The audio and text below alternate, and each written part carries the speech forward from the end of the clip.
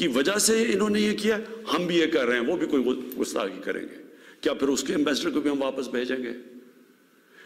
اور 50 مسلمان ملک ہیں، کوئی بھی اس طرح نہیں کر رہا، کوئی وہاں کئی مظاہرے نہیں ہوئے، وہ بھی نہیں کہہ رہے کہ ایمبیسڈر کو واپس بھیجو.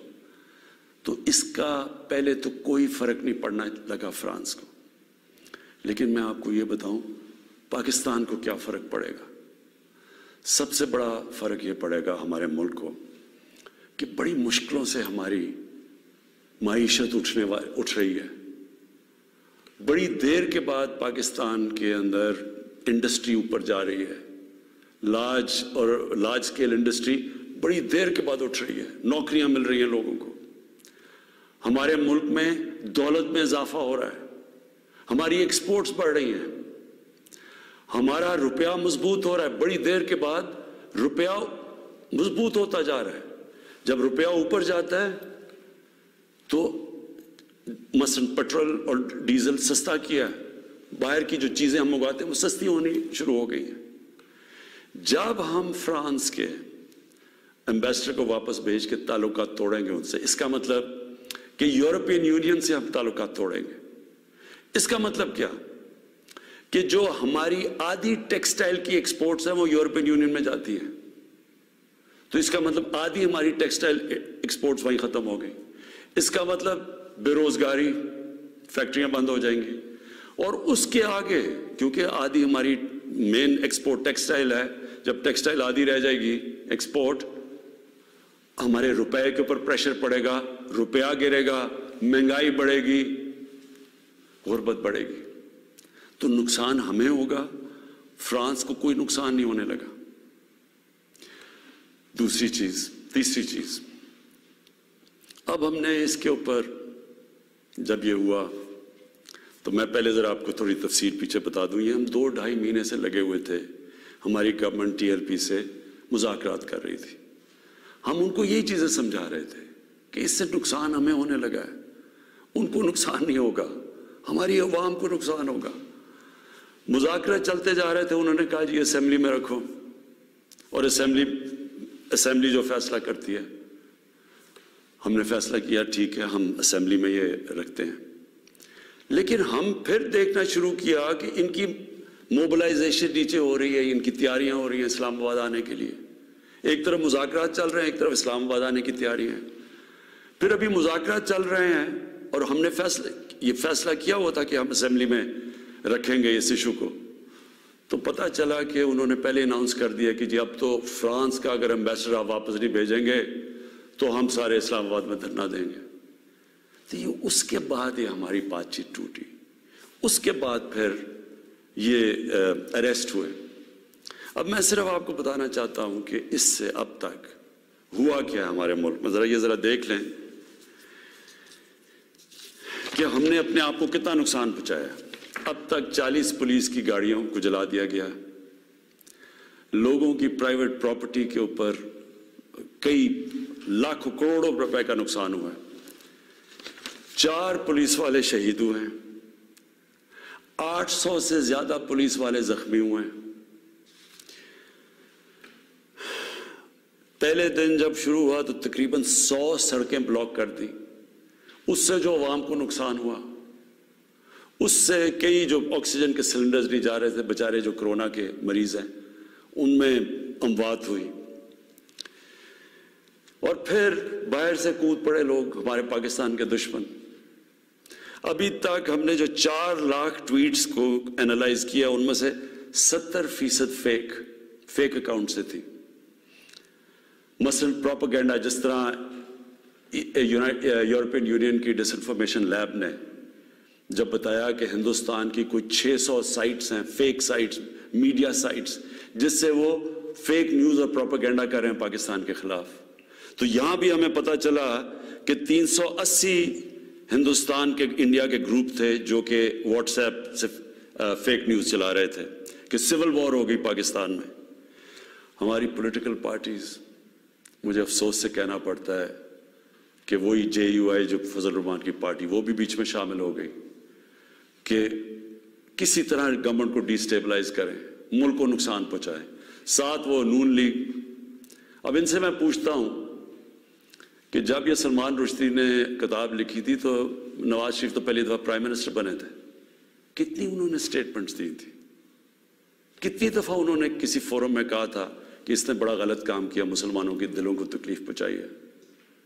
کتنی دفعہ کسی بھی مسلمان ہیڈ آف اسٹیٹ نے کسی انٹرنیشنل فورم پہ اس پہ بات کی تھی, تو آج ان کے ساتھ مل گئے ہیں صرف انتشار پھیلانے کے لیے.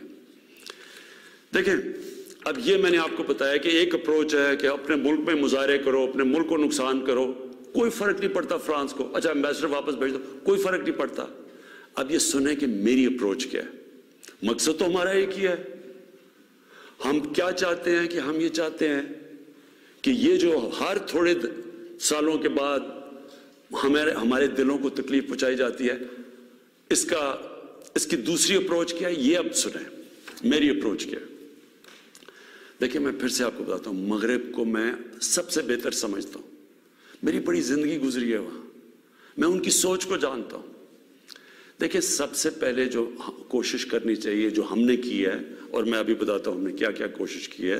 اچھا, میں یہ پہلے بتا دوں, سب سے پہلے جون 2019 میں 14ویں جو سمٹ تھی OIC کی, وہ پہلی دفعہ جا کے میں نے اسلاموفوبیا کی بھی بات کی, اور میں نے یہ بات کیا کہ جو مغرب کے اندر ہمارے پیارے نبی کی بے حرمتی کی جاتی ہے, کہ ہم سب مسلمان ملکوں کو مل کے ہم ایک پلان کرنا چاہیے, کہ اکٹھا اپروچ کرنا چاہیے, کہ ان کو سمجھانا چاہیے مغرب کو. دوسرا, میں نے پھر جب سپٹمبر 2019 میں یونائٹڈ نیشنز کی جنرل اسمبلی میں گیا, ادھر میں نے یہ اٹھایا دونوں چیزیں, اسلاموفوبیا کی بھی بات کی. اسلاموفوبیا کا کیا مطلب ہے؟ اسلام کے خلاف نفرت, اور اس نفرت کے اندر ایک یہ ہے کہ وہ ہمارے نبی صلی اللہ علیہ وسلم کی شان میں گستاخی کرتے ہیں. تو یہ ایک ہی چیز اکٹھے کرتے ہیں یہ. تو ادھر میں نے بات کی یونائٹڈ نیشنز میں. پھر اگلے سال جو 2020 میں یونائٹڈ نیشنز کی جنرل اسمبلی ہوئی, پھر میں نے اسلاموفوبیا کی بات کی, اور میں نے کہا کہ یہ کس طرح 1.25 ارب لوگوں کو تکلیف پہنچائی جاتی ہے. پھر یونائٹڈ نیشنز کی ہیومن رائٹس باڈیز کے اندر اور کمیشن میں میری گورنمنٹ نے مسلسل اسلاموفوبیا کی بات کی. پھر میں نے فیس بک کا جو CEO ہے مارک زکربرگ, میں نے اس کو خط لکھا کہ کیسے فیس بک کو استعمال نہیں کرنا چاہیے اسلاموفوبیا کے لیے. اور پھر جب یہ فرانس میں ہوا, اور جس کے اوپر یہ TLP کہہ رہی ہے کہ فرانس کے ایمبیسڈر کو واپس بھیجیں, میں نے سارے مسلمان ہیڈز آف سٹیٹس کو خط لکھا, اور میں نے ان کو کہا کہ ہمیں جوائنٹ ایکشن لینا چاہیے اس کے اوپر. اور اب میں آپ کو سمجھانا چاہتا ہوں میری اسٹریٹجی کیا ہے.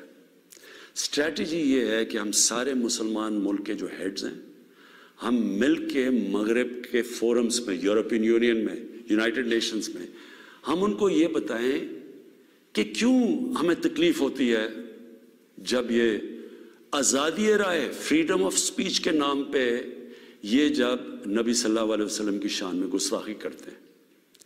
کیونکہ ان کو اس چیز کی سمجھ نہیں ہے. مغرب کے اندر ان کے جو پیغمبر ہیں, ان کو اس طرح نہیں, ان کا پیار اور عشق جس طرح ہمارا ہے, ہمارے نبی سے ہے, ان کو اس طرح کا نہ, ان کی اس طرح کی عزت کرتے ہیں. اور وہاں بلکہ وہ دین کو ان کے اتنے قریب نہیں ہے جس طرح ہم اپنے دین کے قریب رہتے ہیں. اس لیے ہمیں ان کو سمجھانا پڑے گا, اور سمجھائیں گے جب ہم مل کے اکٹھے کلیکٹیولی مسلمان دنیا کے ہیڈز آف سٹیٹس, جب ہم بات کریں گے, جو میں یہ ہر جگہ جن فورمز پہ کہتا گیا ہوں, تب اس کا اثر ہوگا. دنیا میں تھوڑے سے یہودی ہیں, لیکن وہ سارے یہودیوں نے اکٹھے ہو کے دنیا کو, مغربی دنیا کو بتایا ہے کہ جو ہولوکاسٹ تھا, جدھر یہودیوں کی قتل عام ہوئی تھی, انہوں نے کہا کہ اس کے خلاف کوئی منفی بات نہ کی جائے کہیں بھی, کسی میڈیا پہ. آج کہیں بھی, آج مغربی میڈیا کسی ملک میں ہولوکاسٹ کے خلاف کوئی بات نہیں کر سکتا. 4 یورپین ملک ایسے ہیں جدھر جیل میں ڈال دیتے ہیں اگر آپ ہولوکاسٹ کے خلاف کوئی منفی بات کریں. تو کیا ہم یہ نہیں ان کو باور کروا سکتے کہ ہمیں کتنی تکلیف پہنچتی ہے؟ اور یہ صرف, اور یہ ہم تب کریں گے جب ہم کلیکٹیولی مل کے کریں. اور میں آپ کو یقین دلاتا ہوں کیونکہ میں مغرب کو سمجھتا ہوں، ان کو سمجھ ہی نہیں ہے اس چیز کی۔ جب ہم پروٹیسٹ کرتے ہیں، جب ہم مظاہرے ہوتے ہیں، وہ سمجھتے ہیں مسلمان آزادی رائے کے خلاف ہے، اور وہ پھر بجائے اس کو سمجھنے کے وہ پھر اور کوئی جان کے شرارت کرتے ہیں ہمیں تکلیف دینے کی۔ دوستو، حقیقت ٹی وی کو سبسکرائب کرنا مت بھولیے، ویڈیو کو لائک کریں، شیئر کریں اور کمنٹ سیکشن میں اپنی رائے کا اظہار ضرور کریں۔